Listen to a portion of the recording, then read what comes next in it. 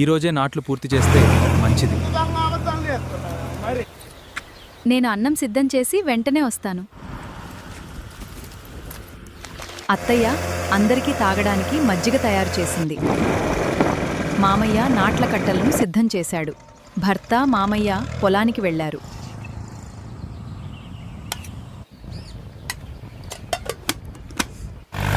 పని మధ్యలో అందరూ బాగా తినాలి. మీరు చాలా వేగంగా వేస్తున్నారు. నువ్వు కూడా తక్కువేం కాదు. నువ్వు కూడా